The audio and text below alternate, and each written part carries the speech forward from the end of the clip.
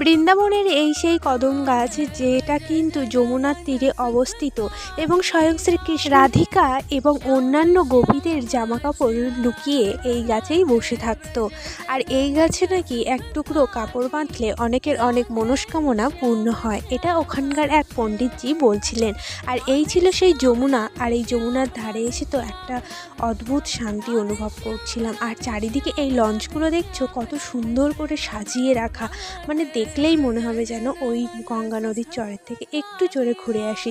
তবে আমরা বেশ অনেকেই ছিলাম, তাই জন্য আমাদের আর ওঠা হয়নি, দূর থেকেই মনকে সান্ত্বনা দিলাম।